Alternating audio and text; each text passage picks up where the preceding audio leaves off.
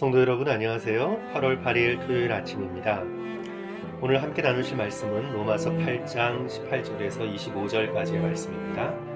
먼저 본문의 말씀을 천천히 읽어보겠습니다.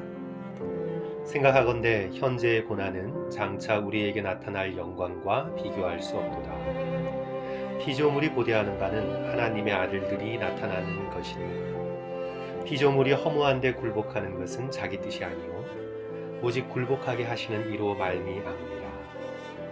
그 바라는 것은 피조물도 썩어짐의 종노릇한 데서 해방되어 하나님의 자녀들의 영광의 자유에 이르는 것이니라.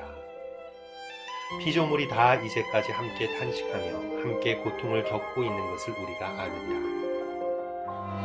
그뿐 아니라 또한 우리 곧 성령의 처음 익은 열매를 받은 우리까지도 속으로 탄식하여 양자될 것 곧 우리 몸의 속량을 기다리느니라. 우리가 소망으로 구원을 얻었음에 보이는 소망이 소망이 아니니 보는 것을 누가 바라리요. 만일 우리가 보지 못하는 것을 바라면 참음으로 기다릴지니라. 아멘. 오늘 말씀은 조금 생소하게 여겨질 수 있습니다. 구원받은 대상을 하나님의 형상으로 지음받은 인간에만 한정시켜 말씀하지 않기 때문입니다. 바울은 하나님께서 창조하신 이 세상 모든 피조물도 인간처럼 현실을 고통스러워하며 탄식하고 우리가 그리스도를 닮아 하나님의 형상을 이루는 영광의 때에 하나님의 구원의 날을 고대하고 있다고 말씀하고 있습니다. 심지어 오늘 말씀 22절에서는 모든 피조물이 함께 탄식하며 함께 고통을 겪는다고 말씀합니다. 영어 성경에서는 the pain of childbirth라고 했는데요. 해산의 고통이지요. 칼빈은 이 부분을 이성이 없는 모든 피조물조차 공격과 질병과 죽음으로 고통당하면서도 소망을 가지고 견딜 만큼 장차 우리에게 나타날 영광이 엄청난 것임을 의인화해서 강조하고 있다고 주석하고 있습니다. 이렇듯 아담의 불순종으로 시작된 죄악은 세상 모든 피조물의 속속들이 스며들어서 고통의 악순환을 가져왔습니다. 언뜻 보기에 순수하고 아름답게 보이는 자연이지만 조금만 들여다보면 작은 풀꽃 하나까지도 질병과 벌레의 공격, 더위와 추위, 시름과 죽음의 과정을 겪고 있음을 알게 됩니다. 여기에 더하여 이기적이고 죄된 인간이 생각 없이 식물과 동물, 자연을 파괴적으로 다스려온 폐해는 자연뿐 아니라 인간 스스로에게 큰 재앙으로 되돌아오기도 합니다. 그렇다면 인간인 우리의 삶은 어떤가요? 예수 그리스도의 영광에 참여하기 위해 그분과 고난도 함께 하려는 그런 고난은 제외하고라도 고통이 넘쳐나는 삶입니다. 예수님을 믿고 구원을 얻은 성도들의 삶도 예외가 아니지요. 불완전하여 영적으로 죄의 유혹에 흔들리며 정욕과 미움, 시기와 질투와 원망에서 자유롭지 못한 괴로운 시간을 우리는 보내고 있습니다. 육체적으로도 수많은 질병과 아픔이 있습니다. 20살이 넘으면 곧장 노화가 시작되고 연약해지며 인생을 견뎌나가게 됩니다. 자기중심적인 인간이 모인 곳에 늘 깨어진 인간관계의 아픔이 있고 때로는 민족과 나라들 간의 끔찍한 전쟁이 벌어집니다. 많은 사람들이 믿으려 하지 않지만 우리가 살아가는 이 세상에 참된 소망이 없다는 것이 진리입니다. 그렇다면 우리가 이 삶을 때로 버티며 살아가는 이유, 그 소망은 무엇일까요? 오늘 본문 18절에서 말씀하고 있습니다. 생각건대 현재의 고난은 장차 우리에게 나타날 영광과 좋게 비교할 수 없도다. 그렇습니다, 성도 여러분.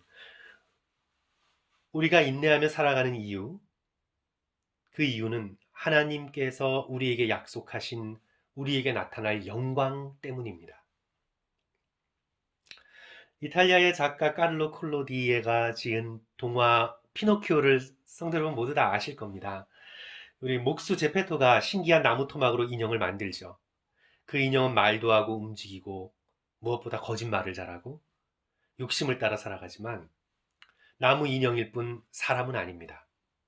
이제 잘못을 거듭하고 용서받고 배워가는 과정에서 이 피노키오가 진짜 소망하는 것은 사람이 되는 것, 진짜 아이가 되는 것입니다. 마치 피노키오처럼 우리의 소망은 예수님의 인격을 빼어 닮아 진짜 하나님의 아들, 하나님의 딸이 되는 것입니다. 그리고 우리의 이 소망의 근거는 우리들의 보잘것없는 노력이나 행위가 아니라는 것을 알 수가 있죠.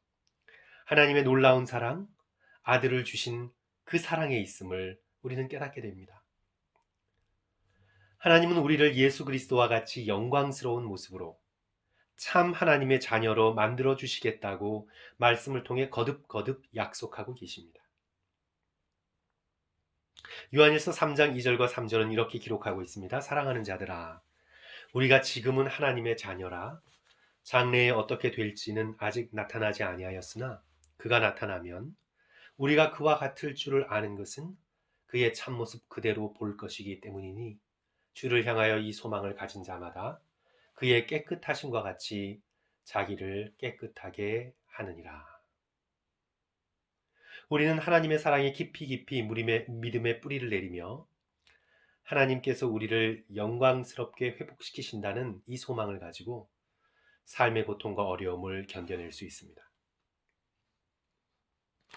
그런데 여러분 실제로 어떠신가요? 살다가 어려움과 고난이 있을 때 이 소망이 실제로 도움이 되신 적이 있으신가요?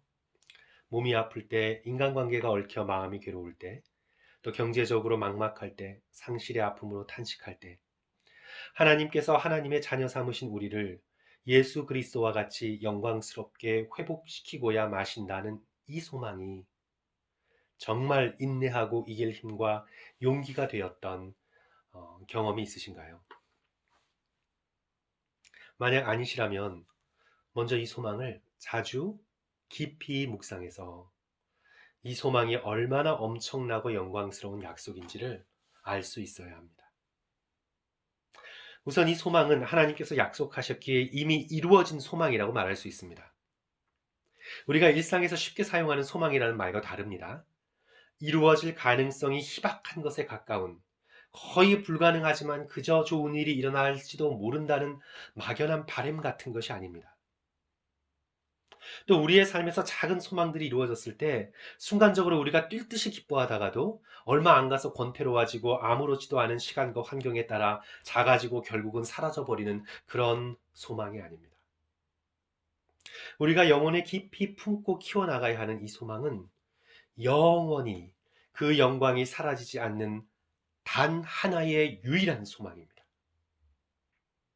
이 소망을 우리가 간직하고 키워나가기 위해서는 우리는 영적인 상상력이 필요하고 거룩한 상상력을 동원하여서 이 소망을 자주 묵상해야 합니다. 죄되고 겁많고 연약한 내가 예수 그리스도와 같이 정말 변화된 모습을 성도 여러분 한번 상상해 보십시오. 내 입에서 쓸데없는 거짓말이 완전히 사라지고 내 모습까지도 내 동기까지도 완전히 선하고 정직하여서 다른 사람을 내 몸과 같이 진실되고 의심과 질투 없이 사랑하게 될 우리의 장래의 영광스러운 모습을 성도 여러분 한번 상상해 보십시오. 예수님처럼 엄청난 지혜와 용기를 갖게 될 것을, 그런 나의 변화된 모습을 성도 여러분 상상해 보십시오. 그저 내가 부자가 되고 내가 복권 같은 큰 돈을 맞아서 좀 좋은 휴가를 즐기고 하는 정도로만 우리의 상상력을 멈추지 말고 정말 하나님의 자녀로서의 우리가 누리게 될 영광스러운 모습을 성도 여러분 한번 상상해 보십시오. 우리의 몸은 가장 나다운 독특한 아름다움과 영원한 젊음으로 회복되어져서 이렇게 나를 만드신 하나님을 찬양하고 감사할 뿐 다른 사람의 외모를 전혀 부러워하지 않게 될 그날을 한번 상상해 보십시오. 그래서 이 소망은 물결처럼 이어집니다. 삼위 하나님의 거룩한 사랑의 성품과 관계에 참여하는 변화된 성도들의 그런 아름다운 모습도 성도 여러분 한번 상상해 보십시오. 그냥 지금 우리가 연약한 성도들을 보면 왜 저럴까? 이렇게 부정적인 생각을 넘어서 하나님께서 변화시켜 주실 성도들의 아름다운 모습을 꿈꾸고 우리 교회를 한번 영광스러운 모습으로 상상해 보십시오. 예수 그리스도의 지혜와 성품을 가진 사람들이 다스리고 가꾸어 갈 이 대자연을 꿈꾸어 보십시오. 이사야서의 말씀대로 사자들과 어린 양이 정말 함께 뛰돌고 어린아이가 독사굴에 손을 넣어도 해를 당하지 않는 정말 완벽한 샬롬이 이루어지는 그때를 상상해 보십시오. 오늘 아침 저는 그냥 이 정도로만 성도 여러분 한번 말씀드립니다. 우리 성도 여러분들께서 각자 되도록 성경 말씀을 자주 읽으시면서 읽은 말씀을 토대로 우리의 소망, 하나님의 나라의 영광의 모습을 계속 완성시켜 나가시기를 주님의 이름으로 축원합니다. 이 소망만이 이 땅에서 유일하게 우리가 붙들 헛되지 않는 소망임을 예수 그리스도를 통해 보여주신 하나님의 사랑을 우리가 함께 토대로 믿을 수 있기를 주님의 이름으로 축원합니다.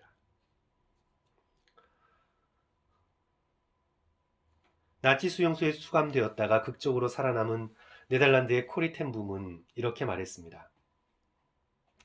기차가 캄캄한 터널 속에 들어가 어두워졌다고 해서 기차표를 찍거나 기차에서 뛰어내려서는 안 된다.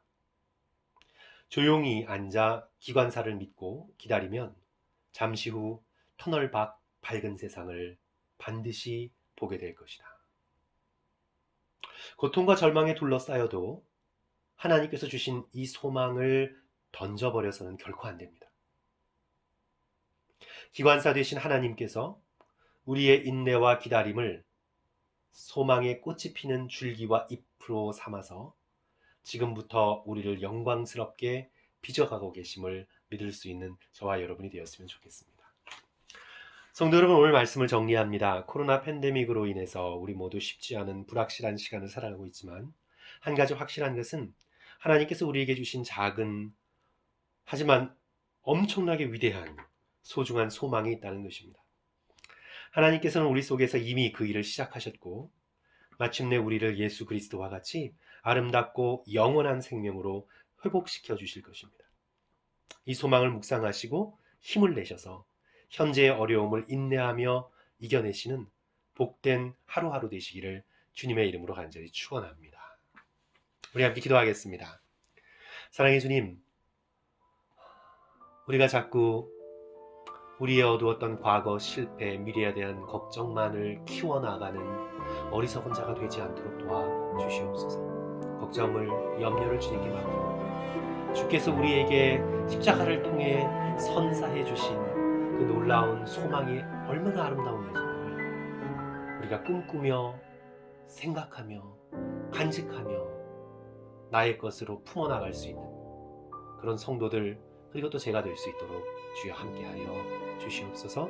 감사드리며 예수 그리스도 이름으로 간절히 기도드리옵나이다. 아멘. 성도 여러분, 감사합니다. 오늘도 즐겁고 복된 하루 되시기를 주님의 이름으로 축원합니다. 들어주셔서 다시 한번 감사드립니다.